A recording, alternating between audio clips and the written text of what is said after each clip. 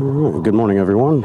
It's Tuesday morning, and I'm going to do a commute on my XT. I haven't had this thing out in a while for commute duty. Hasn't had much exercise at all in quite a while now. Yeah, it's a good machine for pretty much anything. I've been riding my bigger bikes more lately. I haven't had the time or the opportunity to do any of my adventure rides or adventure camping, so this bike has just been waiting patiently. Had to replace the battery in it because the battery was toast. It had been run flat too many times, lithium, and lithiums don't like that, so it wasn't taking a charge anymore. And this thing doesn't have a kickstart, so if it stalls for any reason, good luck. You gotta push it. It's carbureted, so you can push start it, but it's a little challenging, especially if you're in the middle of traffic. So I will just tool along. I've got to go down to the south side of downtown today. Longer trek for me than normal, but it's just going to be a single appointment, I think, so my total mileage will be less than my usual tally. I average somewhere around 150 miles a day, maybe a little less on some days. Today will probably be about an 80 or 90 mile day because I just have one stop. This thing's like riding on a magic carpet. It's got so much suspension throw, and it's very soft, and softly sprung, not much in the way of compression damping, so it just floats over bumps. It's got, I want to say, 9.5 or 10 inches of travel, and like 11 inches of ground clearance or something. It's pretty compact under cradle, the way Yamaha designed this bike. It's primarily a trail bike, but I've pressed it into light ADV duty and touring duty. I used this as a commuter for quite a while, probably off and on for about a year and a half or so. Put quite a few miles on it doing commuting. It's got 17,364 on it right now, and it has just been a great machine. I've had a couple little minor issues with it, but nothing terrible.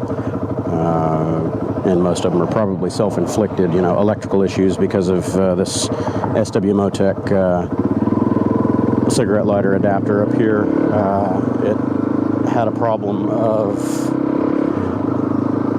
kind of shorting out in the base, electrolyzing, causing corrosion in there and draining my battery at the same time. So I had to really clog that thing up with dielectric grease to prevent that. I don't really use it much anymore. I'll probably take it off someday, but just leave it for the time being. Every now and then I'll put my, what do I have? It's a Garmin handheld GPS for hiking and tracking and whatnot, and I'll put that up there, and it uses a cigarette lighter adapter for its power, so that's the main reason I've left it there. I put a couple of RAM ball mounts on the bars here. I've got one here, and that's where I put the GPS. I'm trying to remember the model. It's a GPS map 64 STC or something like that. It's got the camera, the barometer, altimeter, and full topo maps and everything. It's pretty good for off-road riding.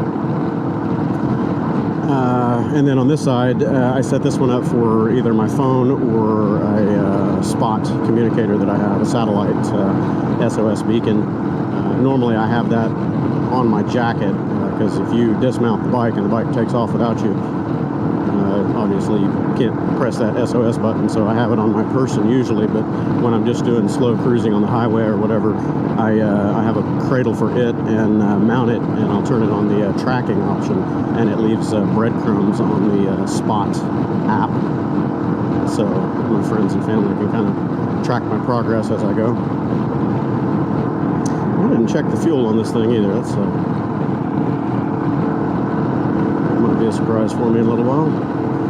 The XT doesn't have a fuel gauge like most small bikes, older bikes. It's a carbureted bike, so you've got your traditional petcock on the tank with your off, on, and reserve settings. So basically I just run this thing until it starts sputtering, hopefully not in the middle of an intersection or on a hard highway run, which happens. But as soon as it kind of starts to stutter and lean out a little bit, I just reach down and flip it to reserve. Usually that happens about 115 miles into the tank. I want to say this thing has a 2.4 gallon tank. I could be wrong. It's been a while, I don't remember. It's a little over 2 gallons, I know that. Maybe 2.5. So this thing's usually good for about 150 miles with conservative riding. The best fuel economy I've ever seen out of it was in some twisty hills in the Austin Hill Country out on 2222 and 2244 Bee Caves area and a little further north. I got 70, I think it was 74 miles to the gallon on that trip, which was astonishing. My average fuel economy on this thing is somewhere in the mid 50s, mid to high 50s. So if I'm riding pretty calm, keeping the speeds under 60, it'll turn just a little over 60 miles to the gallon, which isn't bad, but it's not great by, you know, the relative standards of my other bikes. Again, this is not designed to be a long-distance tour or anything that I've kind of converted it into, so the tank capacity is a limiting factor there on how far you can go. It's predominantly a trail bike, so 2.5 gallons will get you a whole lot of riding on the trails.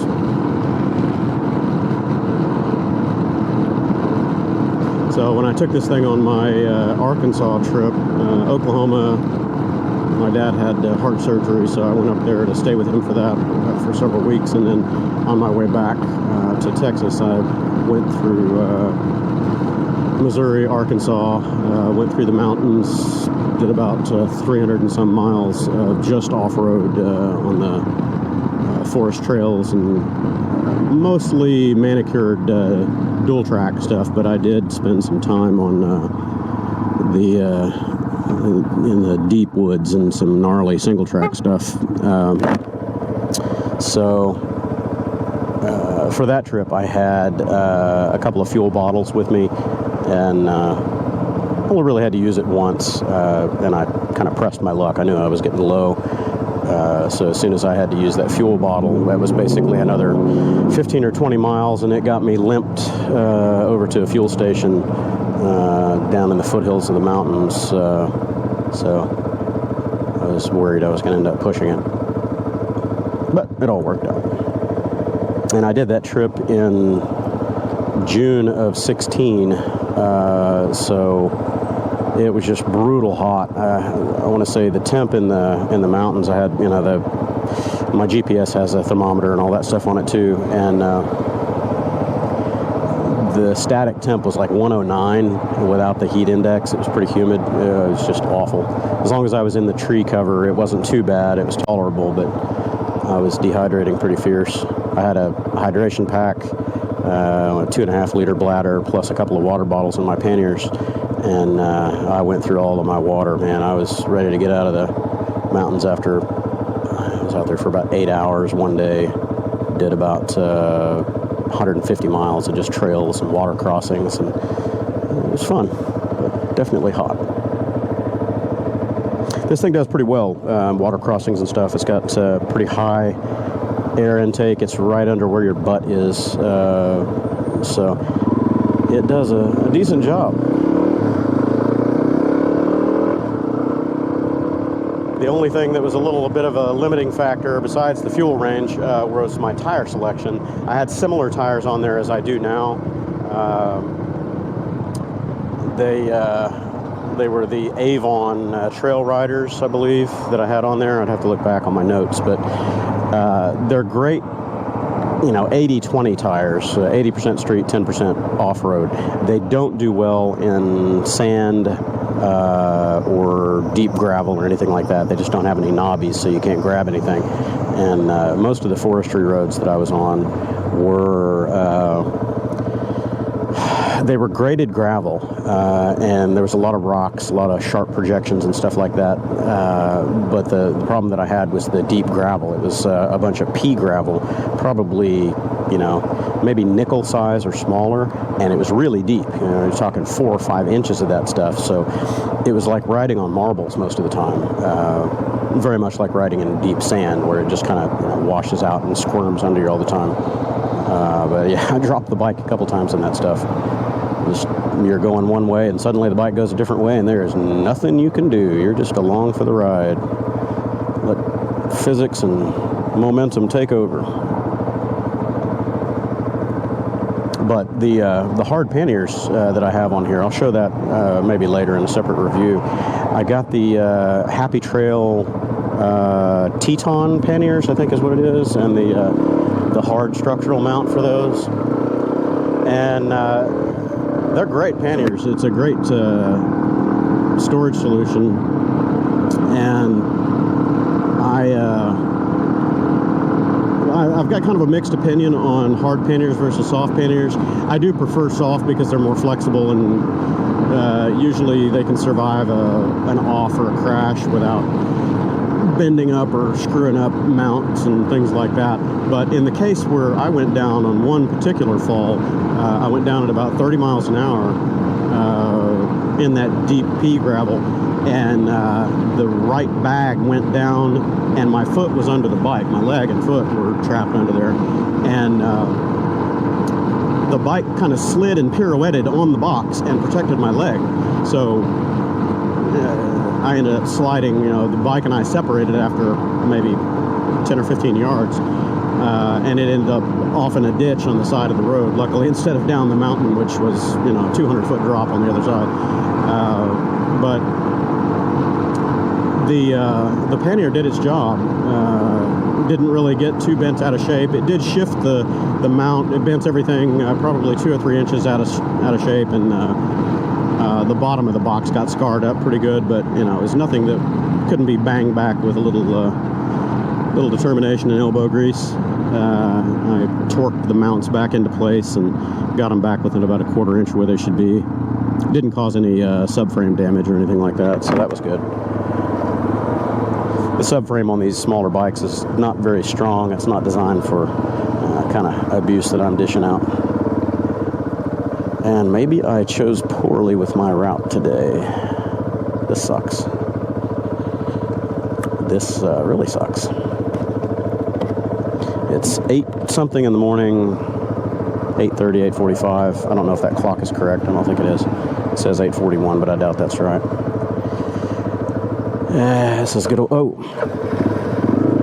old Houston rush hour. And it lasts for, until 9 in the morning usually. Starts as early as about 5:45 and lasts through 9 plus. This is terrible. I've worked out in California and on the coasts on both sides, and they've got some pretty gnarly traffic situations in their rush hours, but Houston is like this most of the day, all the time. It's just, there's really no calm time. So I always get a chuckle when I hear people, talk about New York City, the city that never sleeps. Yeah, you got to try to visit Houston sometime. You can get out on the interstates, in our loops here, whether it's 610 or Beltway 8, at 2:30 in the morning, and it's packed. I mean, it's just, the amount of traffic is astonishing. So Houston is definitely another one of those cities that does not sleep. But yeah, the little XT with the mods and creature comforts that I put on it is a great little commuter or light ADV bike. I wouldn't really call it a great highway bike because it's buzzy. It has a tendency to head shake above 65 miles an hour. It's not violent head shake, it's just kind of an undulation. It's annoying, you know, a little unnerving. But it's not going to toss you off the bike or do anything silly. Yeah, I put bar risers, was it the RockShox bar risers, vibration reduction mounts on here, and you know, I think it's a National Cycle windscreen that I've got on here. Looking at it, can't tell you. I think it's National Cycle, I can't remember. And then the, you know, the hand guards, and I put a Seat Concepts wider seat on this thing. It's seat foam and cover that goes onto your stock seat pan, and it really transformed this bike quite a bit. The factory seat is squishy and plush enough, but it's very narrow, so you end up with pressure points, you know, right along the parts where you don't want pressure. And the National Cycle, the Seat Concepts seat foam is wider at the edges, but it's still very narrow up here at the, you know, at the waist or the your crotch area where you're going to put your legs down, so it doesn't increase your leg bow. Pretty comfy. My son and I took this on many trips until he started getting big enough that you know, weight was a problem, and his butt was always going numb because it's not a very plush seat for long highway trips. But yeah, we took this thing up to Austin tons and tons of times, 7 or 8 times. We went to several national parks, state parks, moto camping, just doing some trail riding, stuff like that. But we've had a lot of fun with this little bike.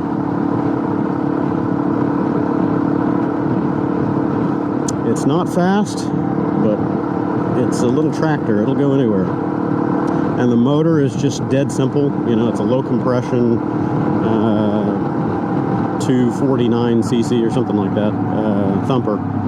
Just a little 2-valve motor, nothing fancy. And it's got real good torque. Not a lot of power, but good torque.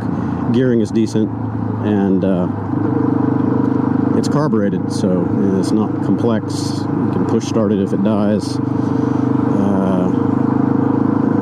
Just muster right up about any hill you point it at. I put a bash plate under it. I can't remember the brand. I'd have to look. It might have been Moose or somebody, Immix Racing, I believe, but it might be different. It's a pretty thick aluminum bash plate under there, so I wouldn't abuse my crankcase or lower part of the front end of the motor there, going over rocks and whatnot. And it has seen a beating. Get under there when I change the oil and look at it, and it's got quite a few battle scars on it, so it's done its job well. I don't do crazy ADV stuff anymore, you know, log hopping, rock hopping, you know, just insane stuff. But there's plenty of rocks that flip up off the trail from the front tire, kicking them and things like that. So, water crossings, that's another place where you'll exercise a bash plate, because there'll be a lot of rocks under the water you won't see, and skip off of some with the front wheel and end up grounding or beaching the middle of the bike on something. Ask me how I know. I'm trying to think of what else I've done to this bike. I've got a lot of electrical add-ons, you know, with the driving lights, and you know, I got an LED main headlight and the driving lights on the sides of that, and I've got a Signal Dynamics, I think it's Signal Dynamics, one of those brake flashers in the back that also modulates my turn signals as extra flashers. What else? Mechanically, I've got a Galfer braided front, stainless braided line on the front brake.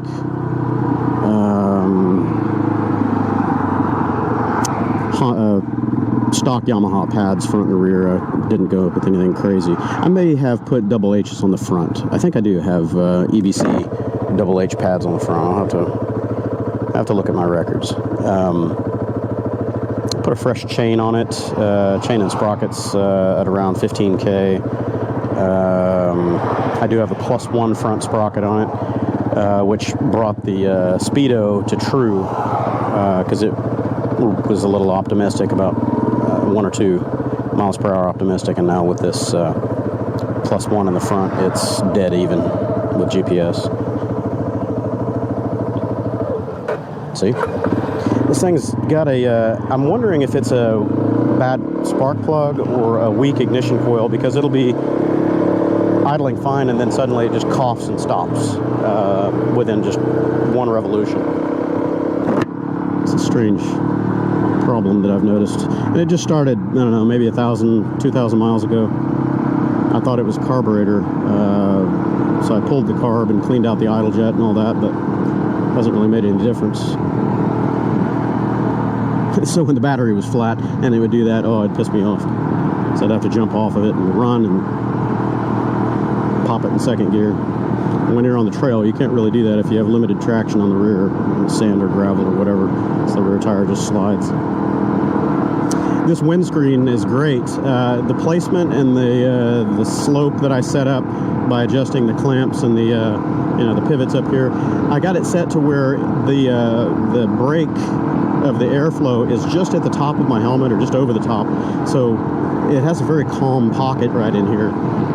For being a small screen and being so close, I was surprised how well it works. And if it's really hot, I can loosen these pivot bolts here and flip it flat, and the air just kind of comes straight at me. I did that in the woods, in the mountains a couple times, because it's just hot and steamy and not enough airflow hitting me to cool me off, so get rid of it.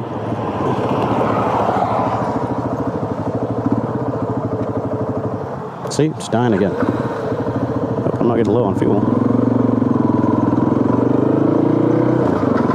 I have to dig in there and figure out what's going on. The plug isn't very old, it's only a few thousand miles old.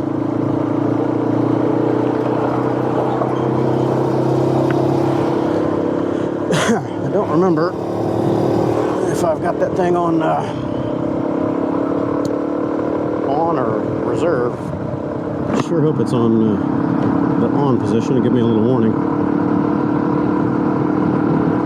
That sucks if you ever forget to change from reserve to on when you refuel, because then you run it all the way down to the bottom of the reserve and there's no safety net. Ask me how I know. Done that more than once.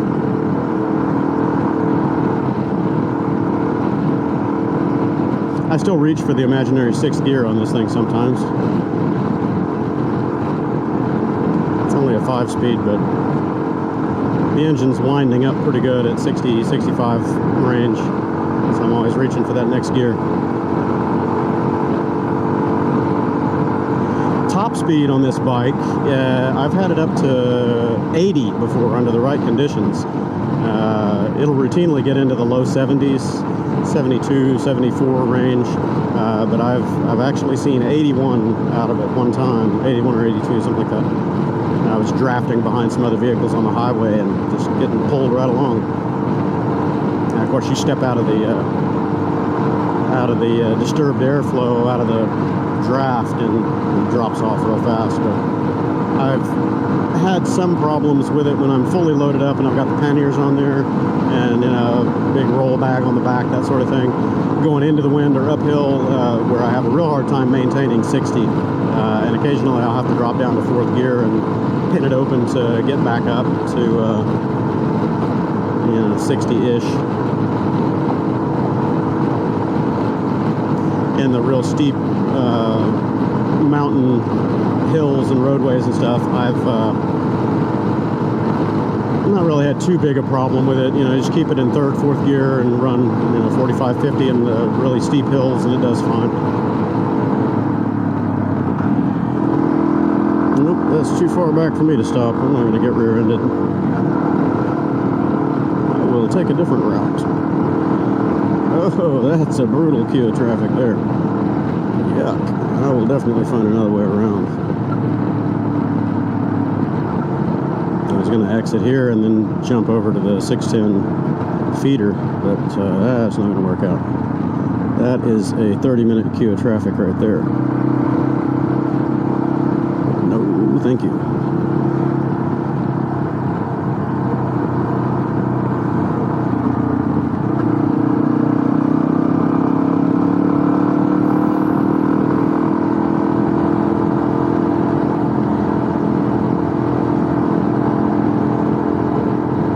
Which means it's probably really bad getting down onto that highway underpass there. They've been doing a lot of construction through here, so it's hard to know what lanes are open, what goes through, what doesn't. Let's see if I can get a look at it from up here. It doesn't look too bad.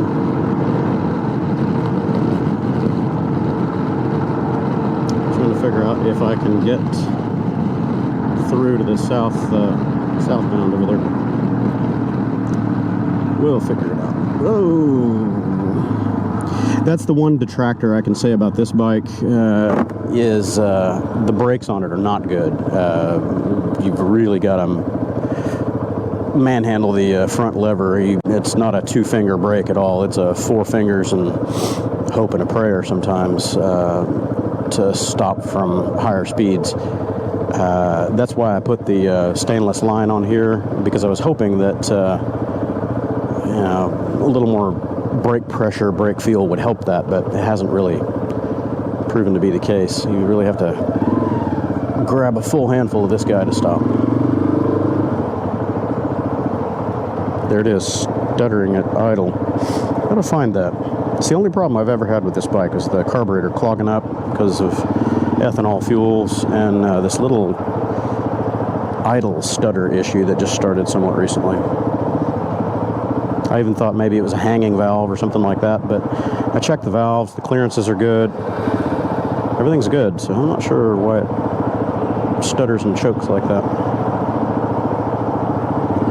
I've cleaned out the carb, that's not it. I've checked the plug to see if it was fouled or running too rich, and that wasn't it. I even replaced the plug a couple thousand miles ago, but not really sure. Only thing I can really think that it might be, because I haven't ruled it out yet, is a weak ignition coil.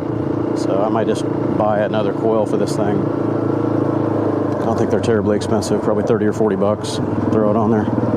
It's a pain in the butt to get to because you have to pull the tank, but no, you have to pull the tank, the front cowl, you got to pull a bunch of stuff. Figure out a different way to get down to 610 that I need. Hello. I live back here in this neighborhood, pretty much straight behind these buildings right here. Oh, correction, right there.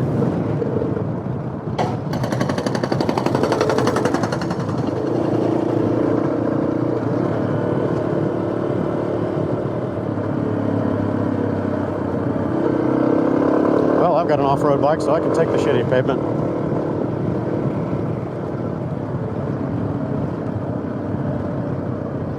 It's about time Richmond gets some help, man. This road has been the worst in Houston for a very long time.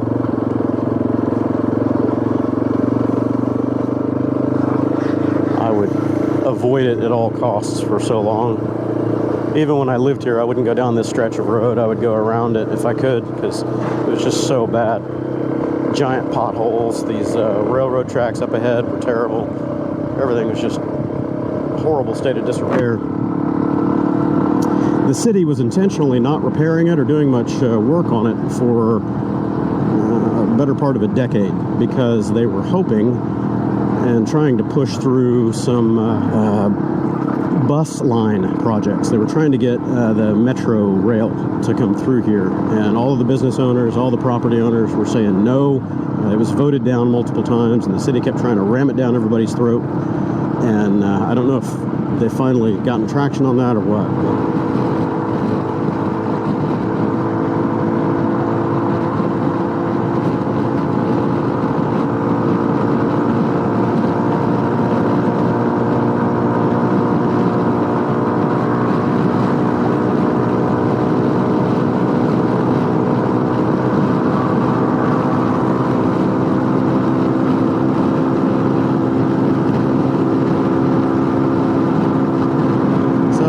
79 here without any real windbreak in front of me. So the XT does pretty well. I mean, as long as it's not extreme. I don't know if you can see that head shake right there, but anything over about 65, it kind of does this wandering undulation stuff.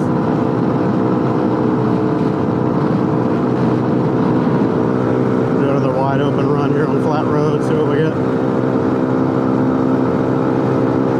Tuck in behind the windscreen a little bit.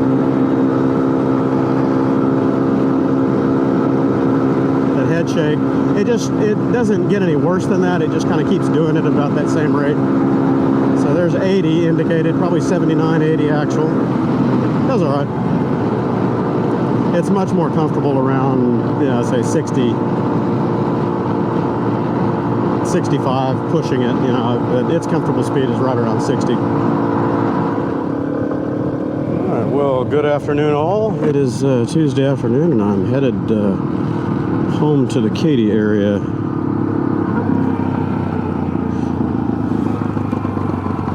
The rear tire feels a little splashy on this thing. Checked it 2 days ago. I didn't check it this morning before I headed out.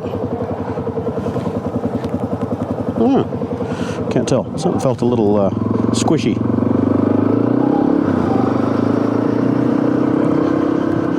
Oh boy. Alright, so just meander my way over through Sugarland and on into the Stafford area and whatnot.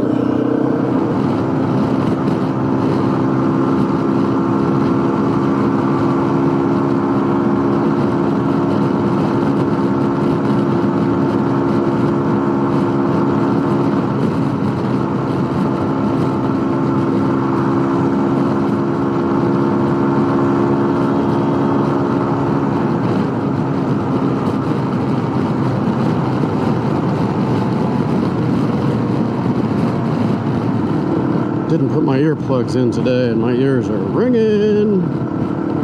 This XT is pretty loud up on the pipe. I've got a FMF Power Core 4 on here, little slip-on muffler. I do have the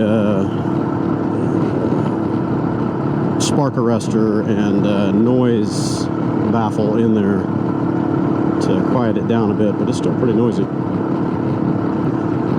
Out on highway runs, wide open for extended periods, I always try to have my earplugs in.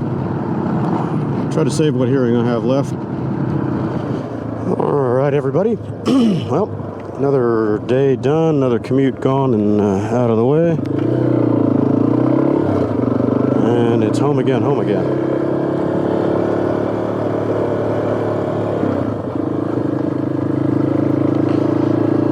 So I'll shut it down here and maybe rejoin you all later for evening ride if the weather calms down or blows out. Thanks for tagging along.